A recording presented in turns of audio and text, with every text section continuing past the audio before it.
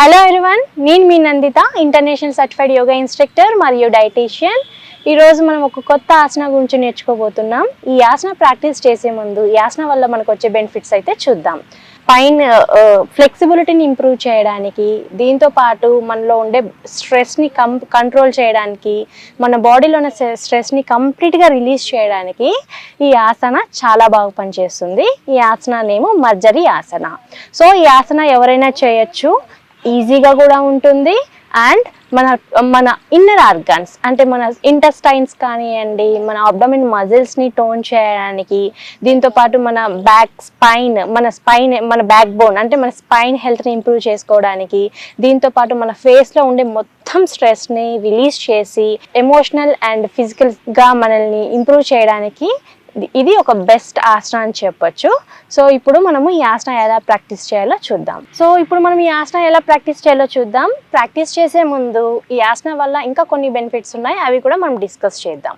So మన బాడీలో మనకి స్పైన్ హెల్త్ చాలా ఇంపార్టెంట్. స్పైన్ అనేది ఎంత హెల్తీగా ఉంటే యాంటీ ఏజింగ్ లుక్ కానివ్వండి, మన పోస్చర్ కరెక్ట్గా ఉండడానికి, దీంతో పాటు పీరియడ్స్ ఉంటాయి కదా, డ్యూరింగ్ పీరియడ్స్లో చాలామంది ఉమెన్ చాలా పెయిన్తో సఫర్ అవుతూ ఉంటారు. ఇన్స్టాంట్గా మనకి పెయిన్ నుంచి రిలీఫ్ ఇవ్వడానికి ఇది చాలా బెస్ట్ ఆసన అని చెప్పొచ్చు. సో ఇప్పుడు మనం ఈ ఆసన ఎలా ప్రాక్టీస్ చేయాలో చూద్దాం. సో ఈ ఆసన ప్రాక్టీస్ చేసే ముందు మనము నార్మల్ సిట్టింగ్ పొజిషన్ నుంచి వజ్రాసనాలో కూర్చోవాలి. సో వజ్రాసనాలో మనము కూర్చున్న తర్వాత, దీన్ని వజ్రాసన అంటారు. ఇలా కూర్చున్న తర్వాత మనము మన నీ మీద నిలబడాలి. నీ మీద నిలబడ్డ తర్వాత మన ఫీట్ రెండు దగ్గరగా ఉండేటట్టు చూసుకోవాలి. అండ్ మనం మన నీని కొద్దిగా డిస్టెన్స్గా మెయింటైన్ చేయొచ్చు ఫర్ బ్యాలెన్స్ కోసం. సో బ్యాలెన్స్ కోసం మనము ఒక నీ నుంచి ఇంకో నీని కొద్దిగా డిస్టెన్స్ మెయింటైన్ చేసి, మన నీకి ఆపోజిట్లో ఎగ్జాక్ట్ ఆపోజిట్లో మన 2 హ్యాండ్స్ని మనము స్ట్రైట్గా ఉంచాలి. స్ట్రైట్గా ఉంచిన తర్వాత ఒకసారి పోస్చర్ చూసుకోవాలి. సో మన హ్యాండ్స్ అనేటివి మన నీకు ఎదురుగా ఉండాలి, 2 ఫీటు అనేది ఈక్వల్గా పక్కనే ఉండాలి. ఇప్పుడు మనము డీప్ ఇన్హేల్, జస్ట్ బ్రీత్ని ఇన్హేల్ చేస్తూ మన హెడ్ని పైకి తీయాలి. ఇక్కడ ఇన్హలేషన్, మన స్పైన్ని స్ట్రైట్గా పెట్టాలి. ఇక్కడ ఇన్హలేషన్ చేసిన తర్వాత 3 సెకండ్స్ హోల్డ్ చేసి స్లోగా ఎక్సేల్ అండ్ మన స్పైన్ని మనము పైకి తేవాలి.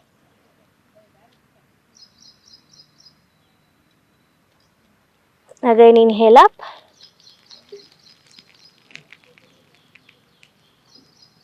ఎక్సేల్ డౌన్, ఇన్హేల్,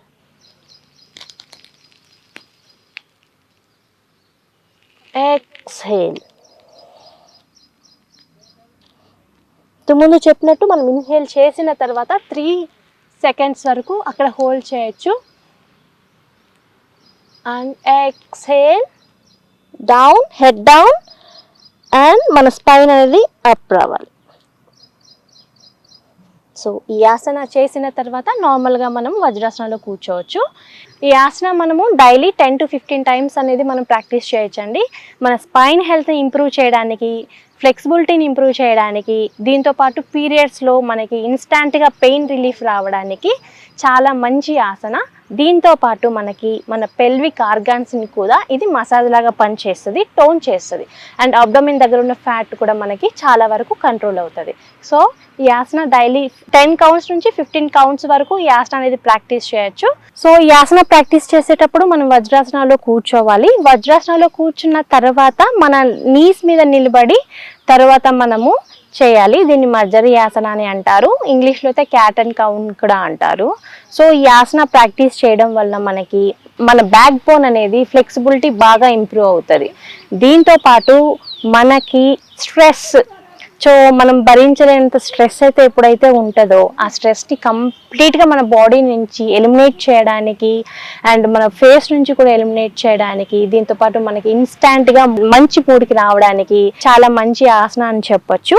ఈ ఆసన ప్రాక్టీస్ చేసేటప్పుడు నీ పెయిన్ ఉన్న వాళ్ళు కొద్దిగా జాగ్రత్త తీసుకోవడం మంచిది. ఎందుకంటే మనం వజ్రాసనంలో కూర్చుంటాం కాబట్టి నీ పెయిన్ ఉన్న వాళ్ళు వజ్రాసనంలో చాలా టైం కూర్చోలేరు. కానీ మనం ఈ ఆసన ప్రాక్టీస్ చేసేటప్పుడు 1 minute or 2 minutes మాత్రమే నీ మీద ఉంటాం కాబట్టి అంత ప్రాబ్లం ఉండదు. కానీ ఎక్కువగా నీ పెయిన్ ఉన్న వాళ్ళు ఈ ఆసనాన్ని అవాయిడ్ చేయండి.